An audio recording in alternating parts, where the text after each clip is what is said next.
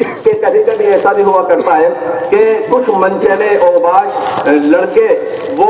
اکٹھے ہوتے ہیں، خاص طور سے جب کہ برسات کا موسم ہو اور اس وقت میں بارش نہیں ہو رہی ہو، دھوپ کی تمازت ہو چکی ہو، مسکا پڑ رہا ہو، حبس ہو رہا ہو، تو کچھ نوجوان لڑکے نومر اوباش قسم کے کہتے ہیں ارے آئیے تو بھی آئیے اور تو بھی آئیے اور دیکھو کہ میں پتھر ہٹاتا ہوں، ابھی دیکھو کیا ہوگا۔ جب وہ پتھر ہٹاتے ہیں تو چھوٹے موٹے سے کیڑے مکوڑے جو برسات کے موسم میں نمی کی وجہ سے کسی پتھر کے نیچے جمع ہو جاتے ہیں، پتھر ہٹایا جاتا ہے، دھوپ کی تمازت ان پر پڑتی ہے تو وہ مضطرب ہو جاتے ہیں، بے چین ہو جاتے ہیں، دائیں بائیں ادھر ادھر گھومتے ہیں۔ تو اس پریشان حالی کو دیکھ کر کے وہ ٹھٹے لگاتے ہیں، وہ خوش ہوتے ہیں، ان کو خوشیاں ہوتی ہیں، وہ مستی لیا کرتے ہیں کہ مزہ آ رہا ہے۔ اسی طریقے سے دیکھا ہوگا بعض دفعہ کچھ بدماش جو اوباش قسم کے فحاش لڑکے وہ روڈ کے اوپر بیٹھ آتے ہیں، کوئی بڑے میاں کوئی بیچارے بیمار آزار لاٹھی لیے ہوئے چلے جا رہے ہیں تو کوئی دوسرا پتھر کنکر ان کی طرف پھینک دیتا ہے، ابھی دیکھو بھی کیسا مزہ آئے گا، بھی اچھلیں گے، بھی کودیں گے، بھی ادھم مچائیں گے، بھی چیخ پکار کریں گے۔ میرے دوستوں، میرے بزرگوں، جس طریقے سے اوباش قسم کے لوگ یہ کرتے ہیں،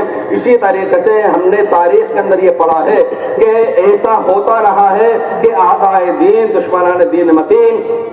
وہ ایمان والوں کو، مسلمانوں کو، وہ نوجوانوں کو تیش دلا دیا کرتے ہیں، وہ بھڑکا دیا کرتے ہیں، وہ اکسا دیا کرتے ہیں تاکہ یہ تیش میں آ جائیں، یہ غضب میں آ جائیں، یہ کچھ ایسی حرکتیں کرنے لگے جس سے کہ قانون کی خلاف ورزی ہو جائے، ان کی بھی پکڑ دکڑ بھی ہو، گرفتاریاں بھی ان کی ہو، پریشانی بھی ان کی ہو، ان کی عورتیں چیخ پکار کرتی رہیں، ان کے بچے بلکتے رہیں، اس طرح کی حرکت کرنے پر مجبور کر دیتے ہیں۔ میں نے دیکھا کہ علامہ ابن تیمیہ نے دور میں جو کتاب لکھی ہے الصارم المسلول علی شاتم الرسول، بعد میں اور حضرات نے بھی لکھی ہے السیف المسلول، یہ کتابیں لکھی جاتے رہنے کی وجہ کیا ریش آئی؟ ایسا ہوتا رہا ہے کہ ایمان والوں کو جب دیکھا گیا کہ یہ تو سکون سے جی رہے ہیں، یہ تو انسانیت کے ساتھ میں رہ رہے ہیں، ان کو تو اچھی قوم مانا جا رہا ہے، تو بھڑکیلے جذبات اختیار کرنے کی کوشش، گالم گلوچ کر دیا۔ انہوں نے پھر بھی برداشت کیا، انہوں نے دیکھا کہ ان کے رسول کے اوپر فوراً سے الزام تراشی کر دو، گستاخی کر دو، ابھی مزہ آ جائے گا۔ وہی چلبلے لوباش لڑکوں کی سی حرکتیں، وہ اب وہی بڑے میاں اور بوڑھے بیچارے بیمار آزار آدمی کے جال سے اس پر کنکر اور پتھر کا پھینکنا تاکہ وہ بھڑ کے رکتا جائے اور وہ کچھ حرکتیں کرنے لگے، اس طریقے کے کام ہوتے رہے ہیں۔ میں اپنے نوجوان دوستوں سے بھائیوں سے کہتا ہوں کہ قانون کی خلاف ورزی کرتے ہوئے ہمیں کوئی کام نہیں کرنا، اور جس ہمارا آپ کا یقین ہے کہ جس طریقے سے وہ پاک ذات رحمان الرحیم ہے، وہ القہار بھی ہے، المنتقم بھی ہے، اس کا غیظ و غضب آپ نے قوم لوط کے اندر دیکھا ہوگا، آپ نے غزوہ بدر میں دیکھا ہوگا کہ کل 313 سے لرزتا تھا زمانہ، آج پھر اڑوہ غلامی کے حوالے 313 پر جو اللہ تعالیٰ شاہ کی نظر کرم ہوئی ہے تو آپ نے دیکھا کہ آبادیاں شادابیاں ہو گئی ہیں۔ اس لیے میرے بھائیوں، میرے بزرگوں، میرے دوستوں، اللہ تعالیٰ شانہ کی ذات، اللہ تعالیٰ شانہ کی ذات بے نیاز ہے، اس کی لاٹھی بے آواز ہے، ہر چیز کو ہمیں اپنے ہی ہاتھ سے انجام دے دینا یہ کوئی دانش مندی کی بات نہیں ہے۔ ہمیں دعائیں کرنا چاہیے، اسوائے نبوی پیش کرنا چاہیے۔ اللہ تعالیٰ شانہ قادر مطلق ہے، وہ اپنے لیے تو شاید برداشت فرما لیتا ہے، اپنے نبی کے لیے برداشت نہیں کرتا۔ آپ اللہ کی ذات سے امید رکھیے، پروردگار عالم انشاءاللہ العزیز کوئی نہ کوئی اسباب ایسے بنائے گا، ایمان والوں کے دل انشاءاللہ نرم ہوں گے، مطمئن ہوں گے، اور اللہ تعالیٰ شانہ جس طریقے سے رنج و علم سے اور مصیبتوں سے اور آفتوں سے ان کو